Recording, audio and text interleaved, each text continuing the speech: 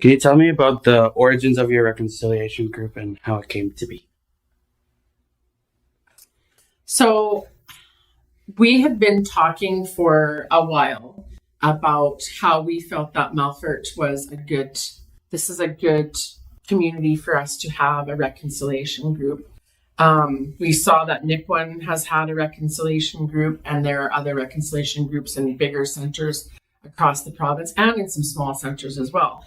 And we had felt like Melfort, it's time, like we could do this. And then really what really did it for us was the tragedy happened out at James Smith. Mm-hmm. And we felt that this is a time for us to, as our community, to do our learning so that we could be allies and supports to that community as they do their healing. So really that's what happened, was we just decided now's the time. Like, no more waiting for someone to do this. We're going to do it.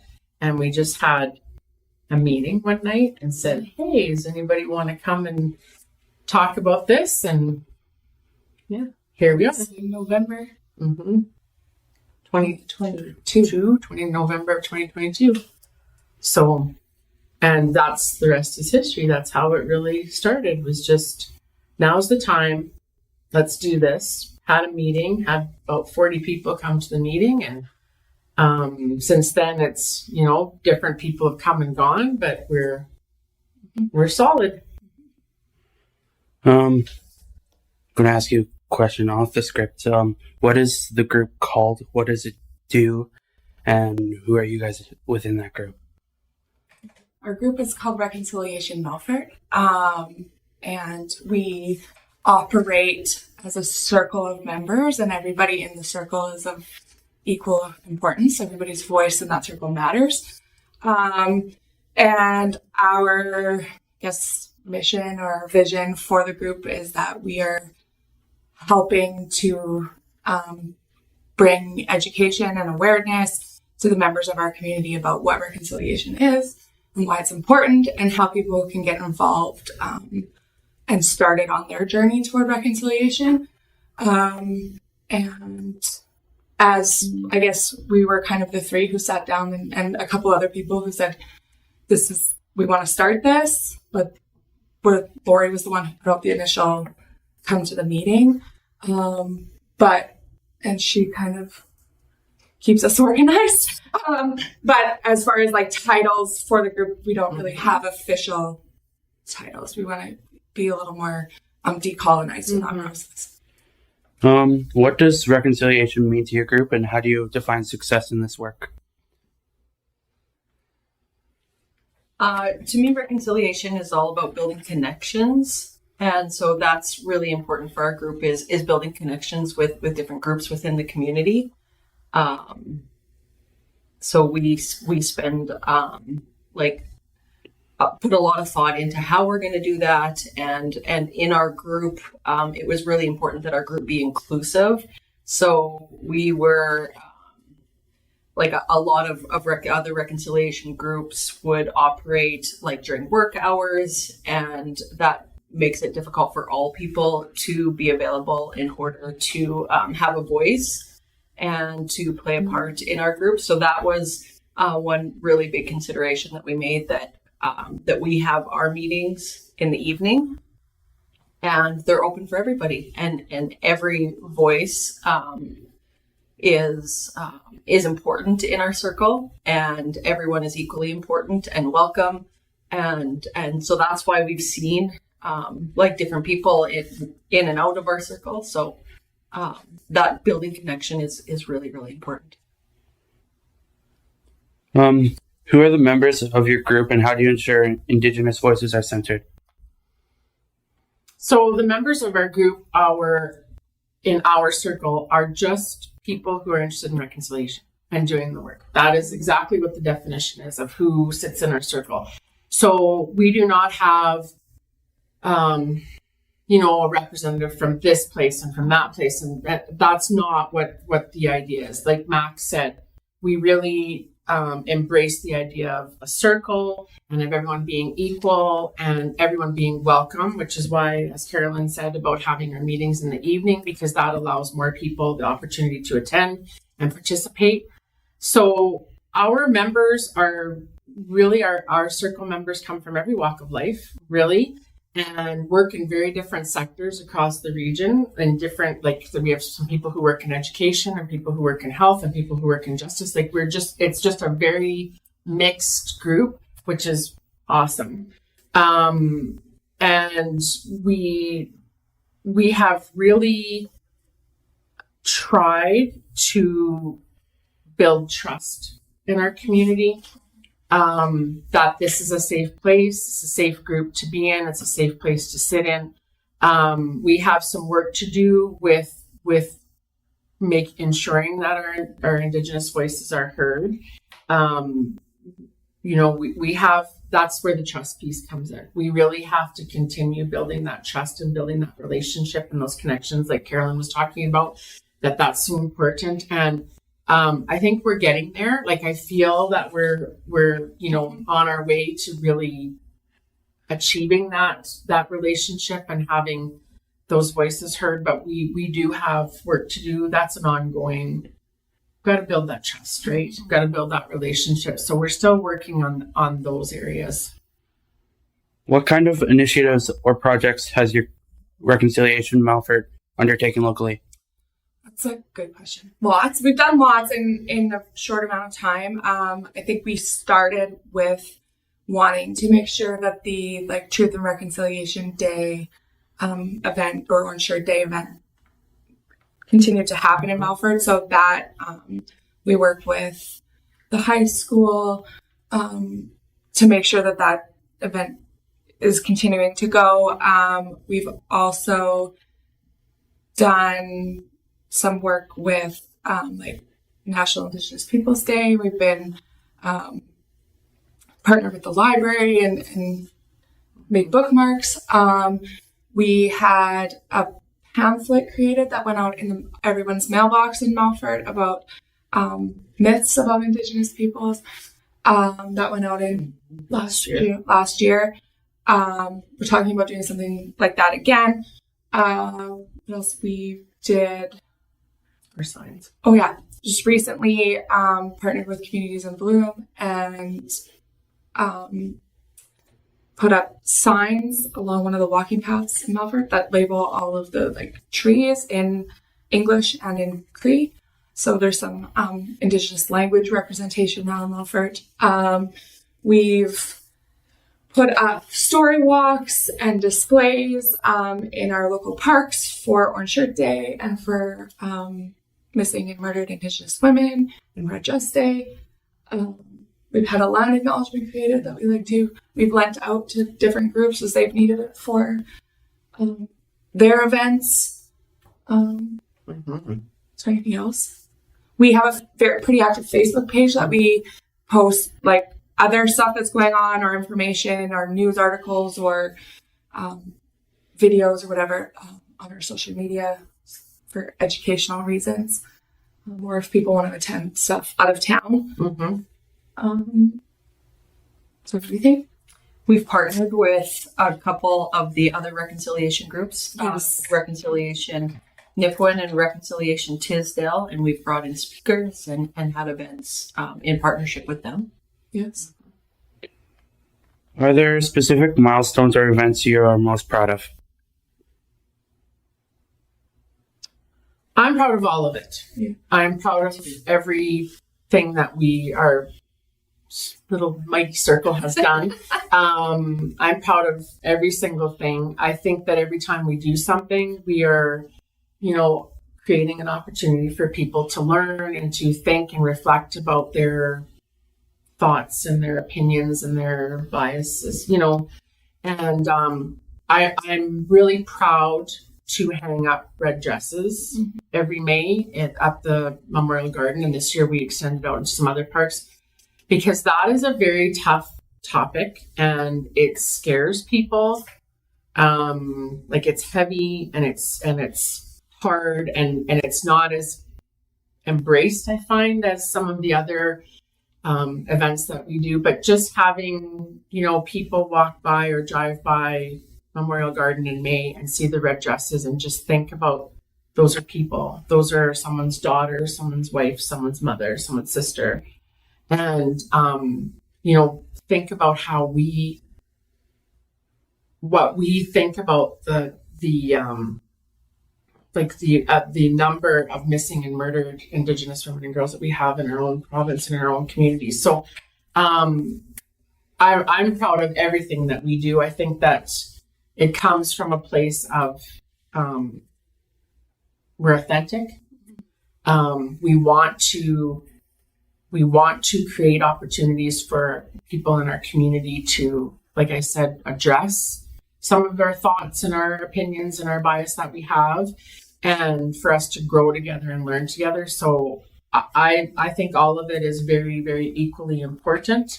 And I know we have good ideas for the future down the road, but there also the event that we have in honor of National Truth and Reconciliation Day, to see the kids come from the schools, like that's where really gets you that, these children are having the opportunity to learn and to grow and to think, whereas I never had that opportunity. Mm-hmm. Like in my school days, there was no such thing. I never learned about anything until I was an adult, like an older adult too. So I love that the schools we're coming and we're bringing our kids, and I hope this year we see more of our community come out. I'd love to see more from our business community, more from the city of Melfort, to come and experience that event with us. What are some challenges you face in promoting reconciliation at the local level? That's a good question. Well, first of all, I think maybe the most obvious one is that we have no money. So, and it's, which we've managed to do a lot of things with very limited funds. And it's not all about the money, but that certainly makes doing stuff more difficult. So it's we got to figure out how to find the money, and then you can do the thing. So it kind of just extends the process. And also we're a fundraising group. So that's one of the challenges. We've been met with some difficult questions and some criticism from people in the community that I feel like we've faced with, open minds, and we've challenged some opinions and some thoughts and pretty head on. But there's certainly those opinions and thoughts exist, and we've had to navigate that. And we also we all work, we all have family, we all have other obligations. So just fitting things in, in your spare time or in your free time, or trying to prioritize for everybody, it looks a little different. So maybe things maybe move slower than we sometimes want them to, or people expect them to. Mm-hmm. And we've had to also have a lot of conversations around what we have capacity for, and what, we're prioritizing what we want to do to make the most impact with the limited kind of time and space and money that we might have. It's another one off script. How has racism affected your group here in Melfort? Wow, that's a good question. It certainly exists in this community, and to say that it doesn't, I think, is really short-sighted. And it exists, and we. I don't know that we've been met with blatant racism, but we have all separately have had conversations or have had things happen that have, led to awkward or difficult things. But I feel like we've never let it stop us, and that maybe is what is guiding us to do the work. And we've kind of met it head on. We have had a recent issue. I don't know that it's racist, Yeah. but something did happen, and I feel like we handled it well. Like we had some really difficult conversations, and I think that's part of, again, the journey of reconciliation is facing racism or facing discrimination and facing just that unconscious bias even that exists, that people think I'm not racist, but I do all these things or say these things. And we really try to challenge that in a way that's not going to make people feel bad or feel like, and not cause a fight or an argument, but just really try to get people to think about, why do you think that, or why are you acting in that way? And maybe next time they won't, like it's a slow process. It's a slow process. I believe that when you know better, you do better. Like that is something that that's at my core. When you know better, you do better. I think that I am a very typical middle-aged white person, and that my education, my upbringing, what surrounded me in my communities when I was growing up, I can relate to people having, like, I understand it because we never learned anything. When I went to school, we didn't learn anything about Indigenous people, Indigenous culture, traditions, treaties. Like we didn't learn a thing about any of that. And so my learning has had to come in my later years with my work and with my life. And I just want to echo what Max said. People have thoughts and feelings about seeing red dresses hanging up. People have thoughts and feelings about Orange Shirt Day. People have thoughts and feelings about Indigenous Peoples Day. Like there are thoughts and feelings about all of it, but you don't know what you don't know, right? So that's why the work is so important, that we keep on doing the work so that people can learn. If you don't understand or know something, it's easy to fall into that, that racist thought pattern, that racist behavior, and just trying to build awareness in our community and education in our community, because a lot of people have never had the opportunity to learn. So that's what we're trying to do as well, is try to educate as many people. And I have to cling to, because we did have a tough thing happen this year, and I have to cling to, like, if one person just read something or looked at something that we did and went, I never thought about it like that. That's a win. Like that's a win for all of us in our community and with our neighbors and with our province. Like that's a win if you just think about something in a different way. So we're not going to stop. So if there are things that, but like if we have continued, we had one thing that happened. It's the only thing that really has been a big thing that happened. And, but it's not stopping us. We are going to keep on doing the work. We're committed to doing the work, and we believe in the work. So, and I think we've seen also like big changes and lots of growth since our group has started. Like even when we think about our red dress display, and we think about, we were, contained to Memorial Garden, and now we've spread out and we've been able to put up dresses at other parks.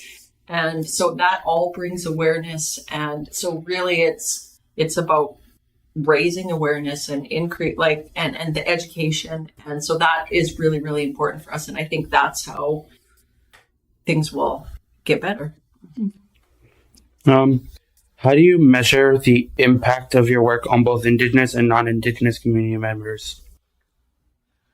I think through connection. It's a little bit hard when we don't get to talk to everybody who saw a display or who attended an event. We don't know for sure. But we have, we've been met with very few no's about things. And generally the feedback we received from people is quite positive, and expressing a lot of gratitude for opportunities to participate in whatever it is we were doing, or that they liked something that we did. So I think it's just about connection and seeing growth, and seeing more people participate. And just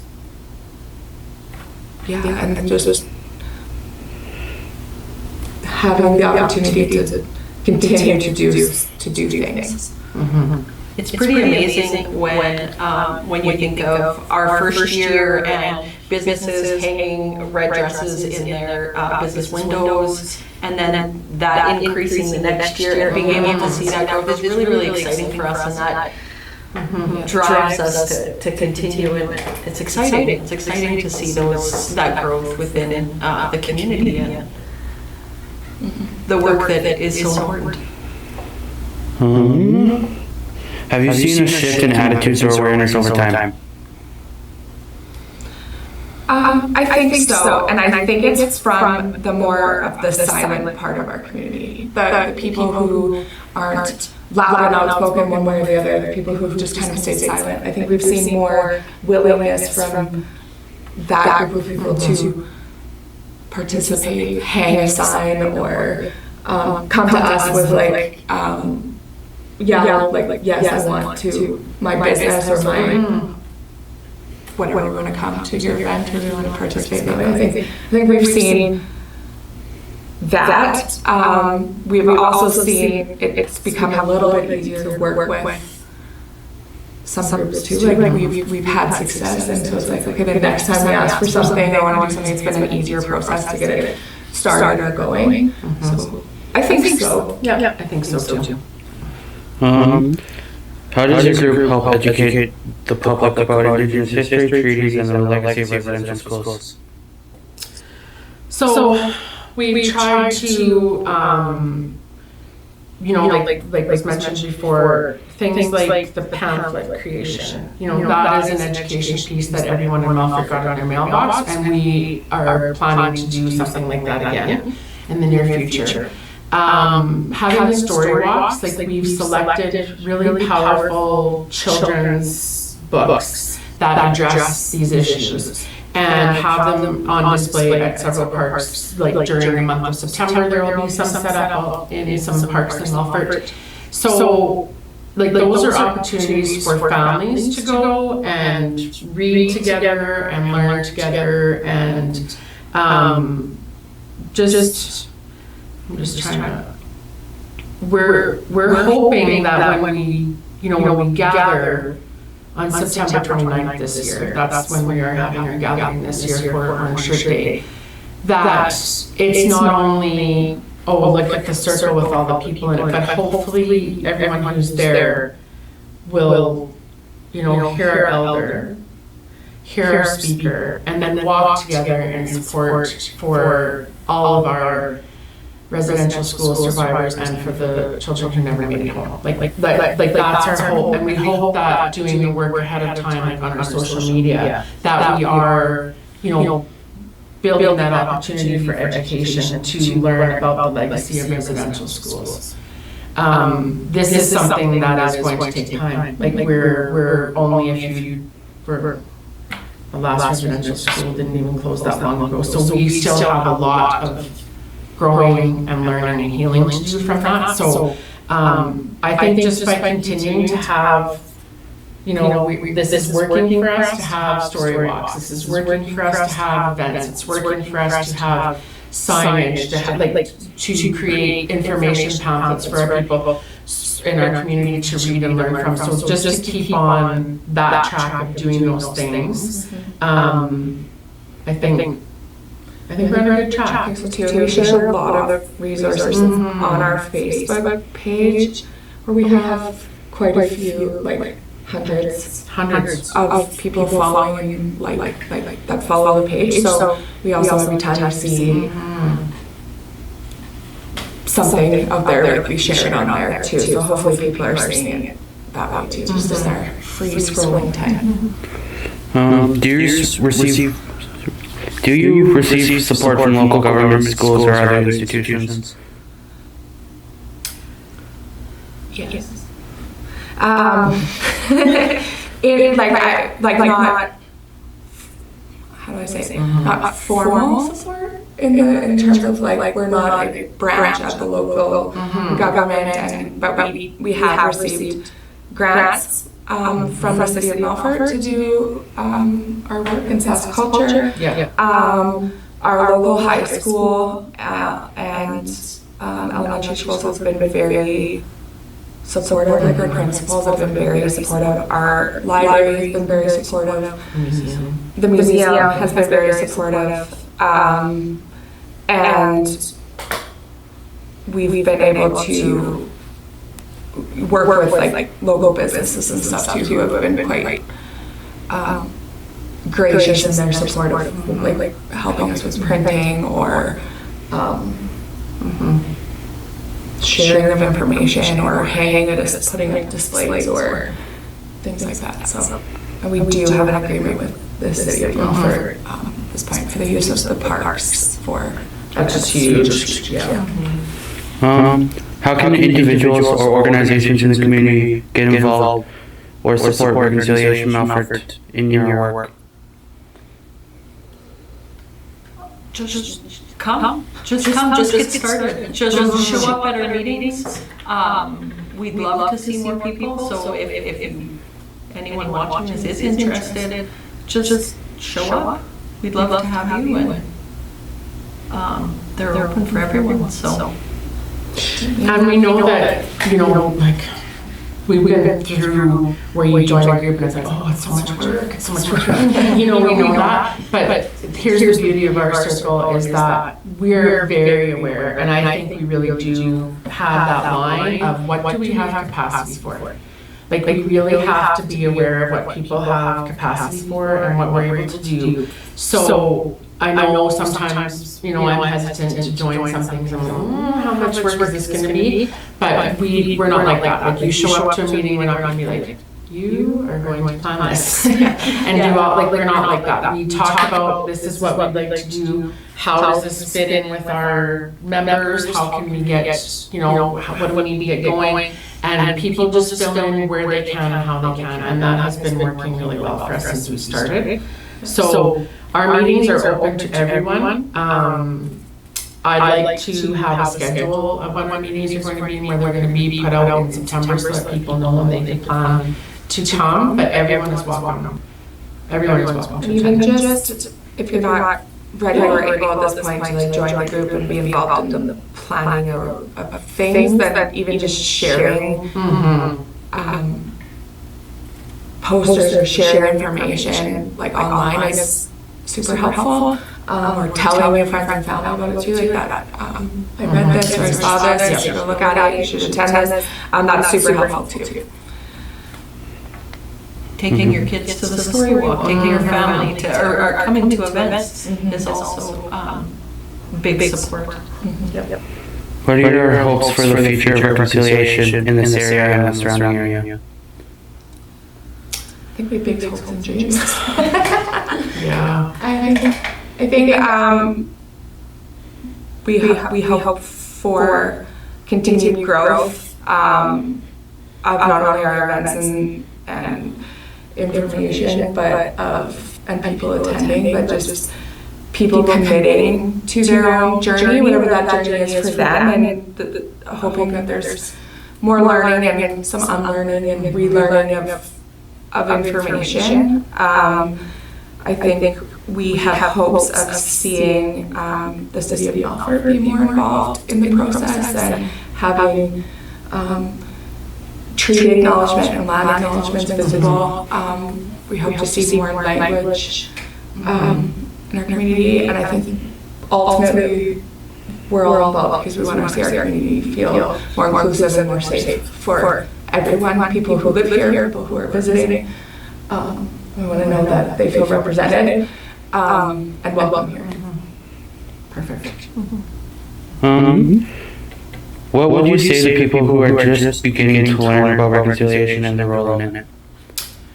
I would say that, it's scary and it's a lot of work. Like it's a lot of work for myself. Like it is. I am on my journey and I need to do a lot of work for myself. But I also lived in a world for a long time where I was like, I'm afraid to do this or do that because I don't want to do it wrong or make a mistake, right? And that held me back from doing a lot of things when I was younger. And my older self would say to my younger self, just do it. Just do it. Just start your journey.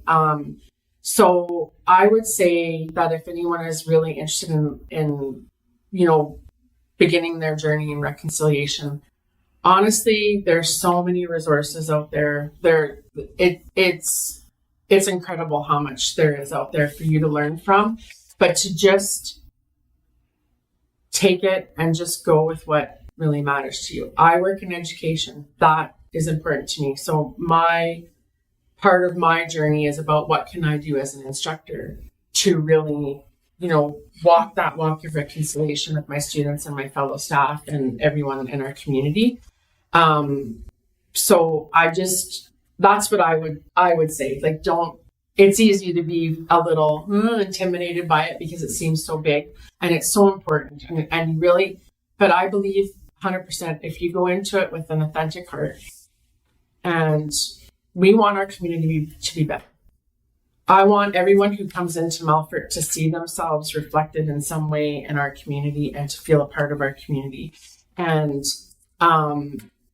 just do it. Like, just pick something and just start the work and do it. And like I said, there's so many resources out there to look at and to learn from to help guide you along the way. But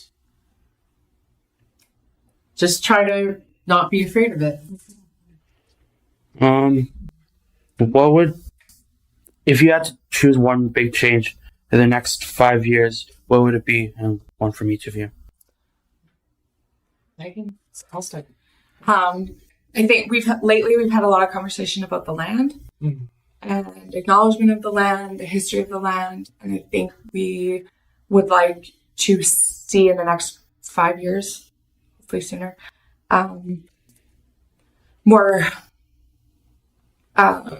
recognition of and acknowledgement of the land that we're on, whose land we're on, and have that reflected in our spaces, and how we use the land, and why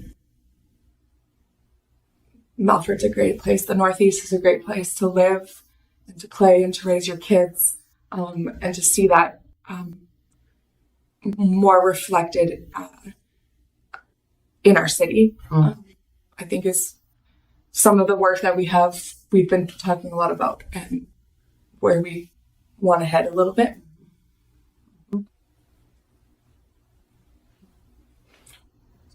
I completely agree that is where we want to what we would like to see as a big change. I want to live in a community where I know that people are safe, and that's really important, that people feel welcome and feel safe. And so we have some work to do, and I want to see that in the community that I live in, the community that I raise my babies in. And I want that for everyone. I don't want that for specific groups. I want everyone should feel safe and feel welcome and feel included. So that's a change that I'd like to see.